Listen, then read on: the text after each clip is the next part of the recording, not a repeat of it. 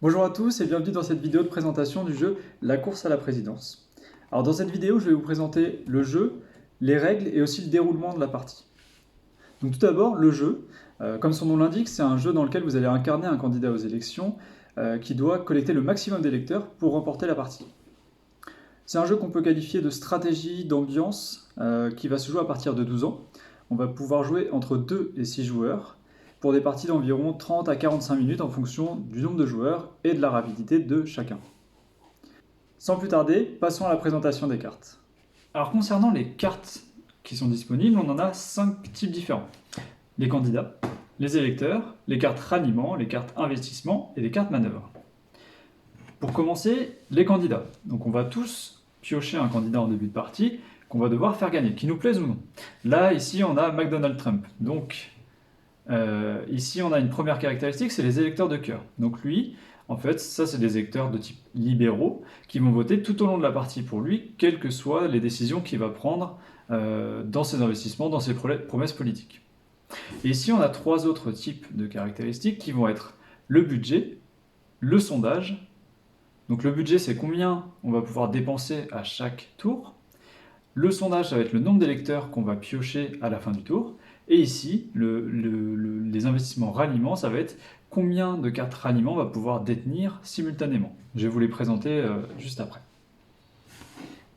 Donc voilà pour les cartes candidats. Ensuite, on a les cartes électeurs. Donc pour les électeurs, voilà le dos de carte. Vous allez en avoir 6 types différents. Donc ça, c'est les 6 types d'électeurs. Et un dernier qui est la carte Joker. Donc ça veut dire qu'en fait ce Joker électeur va pouvoir remplacer n'importe lequel des électeurs. Ici typiquement on a par exemple le libéral, ça veut dire que celui-ci va voter forcément pour ce candidat tout au long de la partie. En revanche, si on veut au fur et à mesure des tours collecter d'autres types d'électeurs, on va devoir passer par des cartes ralliement qui vont nous permettre d'aller collecter différents types d'électeurs. Donc ces cartes ralliement, voici le dos des cartes, elles vont avoir différentes caractéristiques. Ici, on a le prix de la carte, donc 3000 € par exemple, pour pouvoir acheter cette carte, qui va nous permettre de collecter un retraité. Ensuite, on en a d'autres ici, par exemple, elle va nous permettre pour 8000 € de collecter 2 employés et 2 agriculteurs. Vous avez compris le principe, on a autant de cartes ralliement avec autant de combinaisons uniques d'électeurs qu'il y a de cartes ralliement. Il y en a un peu plus d'une trentaine, ce qui va permettre au fur et à mesure de l'avancement de la partie de collecter le maximum d'électeurs possible à la fin de votre tour. Donc pour aller les chercher, par contre, comme je vous le disais, il y a différentes caractéristiques du candidat. Et ces caractéristiques vont être pouvoir améliorer tout au long de la partie avec les cartes investissement. Donc les investissements, il y en a 3 types différents.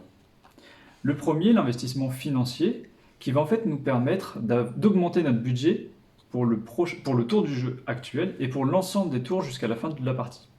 Donc typiquement, si là j'achète avec mon candidat cette carte-là, j'aurai 9000 € de budget à chaque tour jusqu'à la fin de la partie. Je vais pouvoir acheter d'autres choses avec ce budget. Donc par exemple ici, les cartes sondage. Donc cette carte-là va me permettre à la fin du tour de piocher une carte électeur et jusqu'à la fin de la partie. Donc là j'en achète une, au bout d'un moment dans la partie je vais en acheter 2 ou 3, je vais pouvoir piocher à la fin du tour 3 électeurs.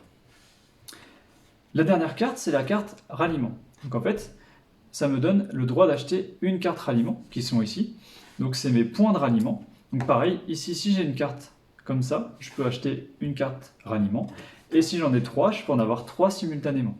Donc vous l'aurez compris, au fur et à mesure des tours, on va devoir faire des choix entre est-ce que j'achète plutôt une carte ralliement, est-ce que j'achète plutôt un investissement financier pour au plus long terme pouvoir acheter plus de cartes, ou est-ce que j'achète le dernier type de carte que je ne vous ai pas encore présenté, qui sont les cartes manœuvre. Voici le dos des cartes. Donc elles ont chacun un coût différent. Donc celle-ci par exemple coûte 10 000 €. Typiquement je ne vais pas pouvoir l'acheter dès maintenant avec ce candidat. Il y en a d'autres à 3000 et il y en a d'autres à 5000.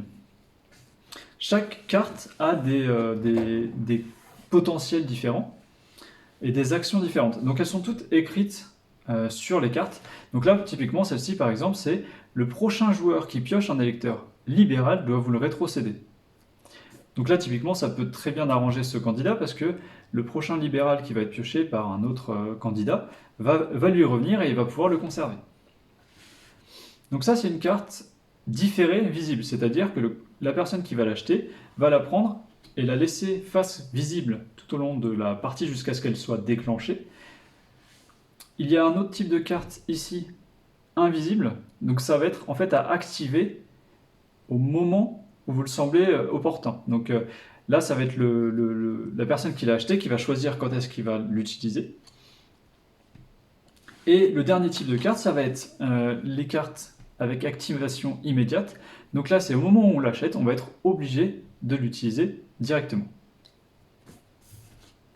Donc voilà pour la présentation des cartes. Maintenant, je vais vous montrer comment on met en place le jeu et comment on joue.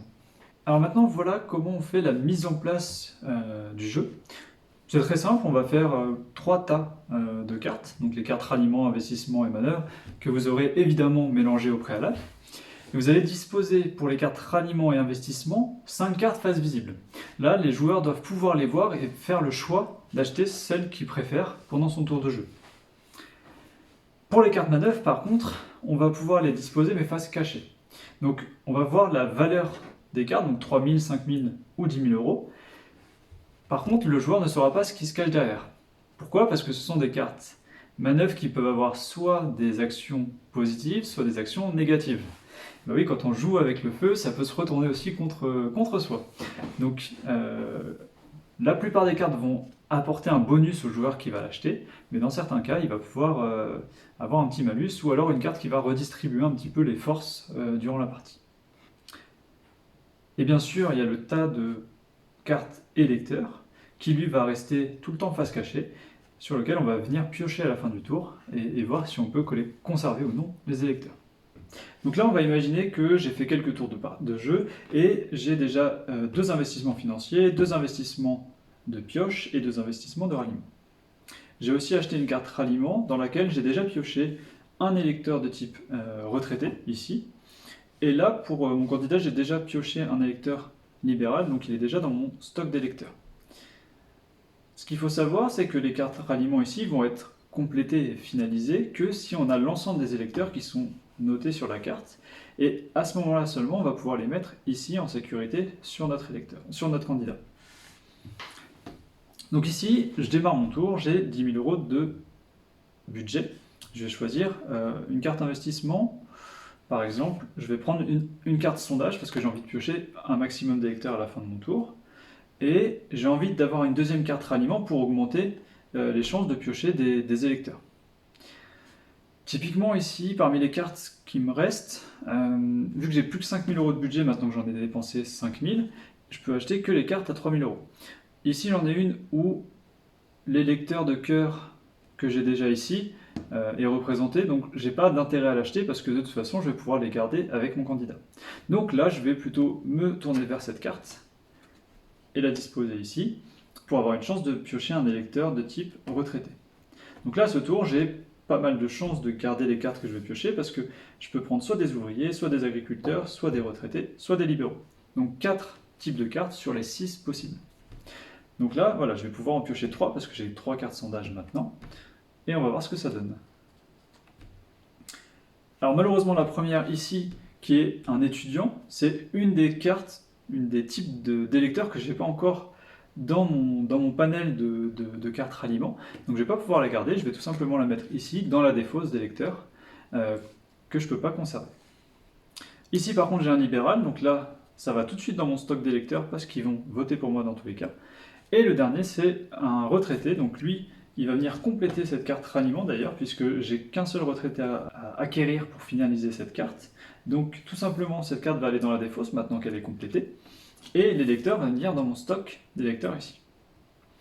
Donc vous l'aurez compris, à chaque tour, on va devoir décider des investissements qu'on va faire parmi les 5 visibles de chaque catégorie.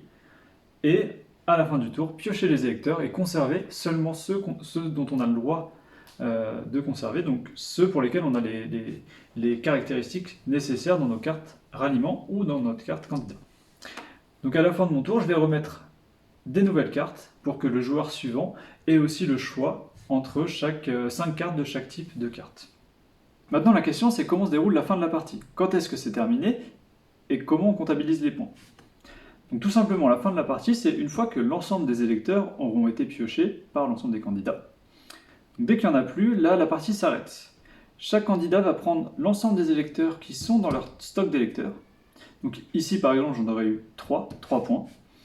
Parce que malheureusement, les électeurs qui sont là-dedans, dans les cartes ralliement, ne vont pas compter comme des électeurs convaincus et donc qui vont voter pour le candidat.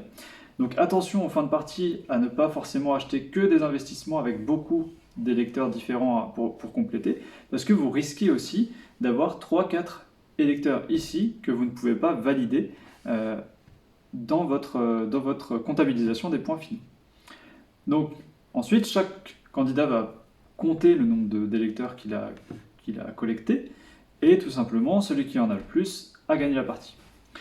Alors sauf bien sûr s'il y a une égalité parfaite entre deux joueurs, dans ce cas-là on va départager les joueurs avec le nombre de cartes électeurs qui sont en attente sur les cartes ralliement. Merci d'avoir suivi cette vidéo, j'espère que ça vous a plu et j'espère que les règles sont claires pour vous. Maintenant il ne me reste plus qu'à vous souhaiter une bonne partie.